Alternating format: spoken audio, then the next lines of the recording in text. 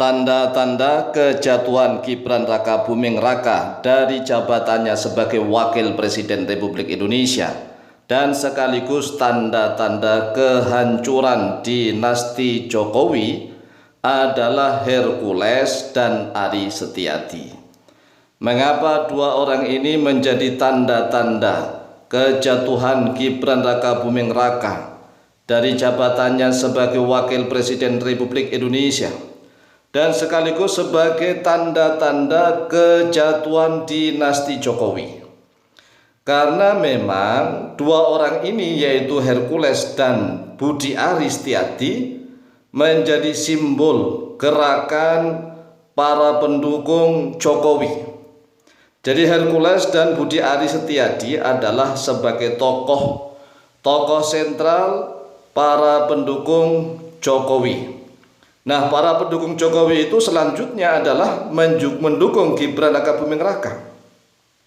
Oleh sebab itulah banyak pengamat yang tidak begitu mempermasalahkan tentang ijazah Pak Jokowi, tetapi justru mereka fokus untuk memberangus orang-orang yang menjadi sebab kuatnya Jokowi dan kuatnya Gibran Raka Buming Raka, yaitu dengan cara menangkap dan memberangus tokoh-tokoh yang menjadi sentral penggerak para loyalis pendukung Jokowi dan juga pendukung Gibran.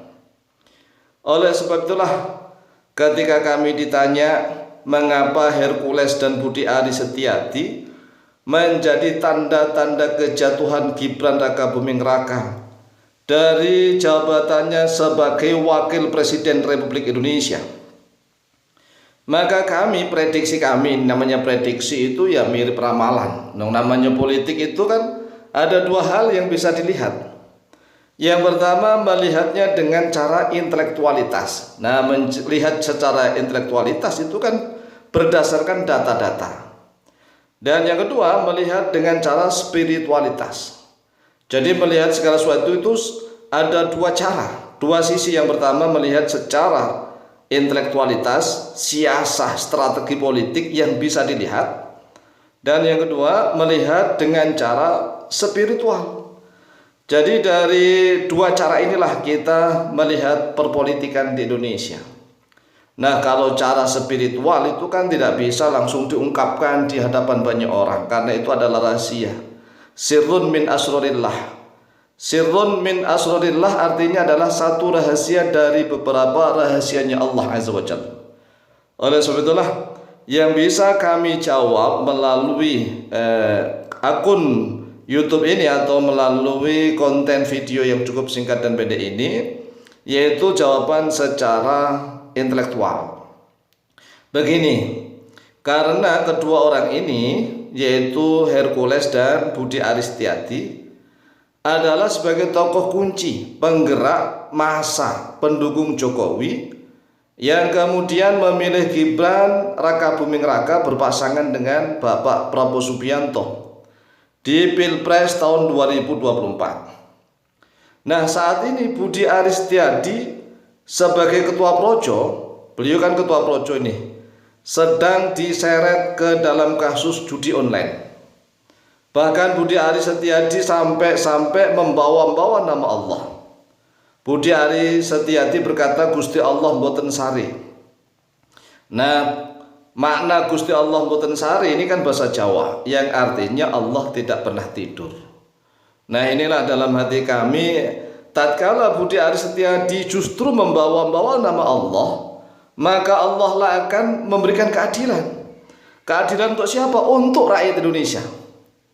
Bukan untuk Budi Ari Setiadi, tidak. Ustaz, nanti kita buktikan aja. Kita buktikan aja perjalanan politik Indonesia, dan Indonesia insya Allah semakin terang benderang. Akan ditakdirkan oleh Allah Jalla Jalaluh. Kita berdoa kepada Allah, rakyat Indonesia akan hidup sejahtera, adil, makmur, bahagia. Karena sudah saatnya nih para garong-garong, para preman-preman, para bajingan itu mulai disikat satu-satu. Nah, kalau para garong, para bajingan, para preman sudah disikat satu persatu, berarti kan harta kekayaan negara ini akan dinikmati sebesar-besarnya bagi kesejahteraan rakyat. Nah, karena ini Budi Aris Setiadi sudah berani membawa nama Allah, Gusti Allah mboten sari, yang artinya Allah tidak pernah tidur. Memang benar Allah tidak pernah tidur. Tetapi masalahnya kenapa selama ini menjalankan perpolitikan di Indonesia tidak pernah takut kepada Allah? Ayo jawab. Apakah kelompoknya Budi Aris Setiadi ini dalam menjalankan kehidupan sehari-hari berdasarkan takwa kepada Allah? Takwa artinya adalah takut kepada Allah.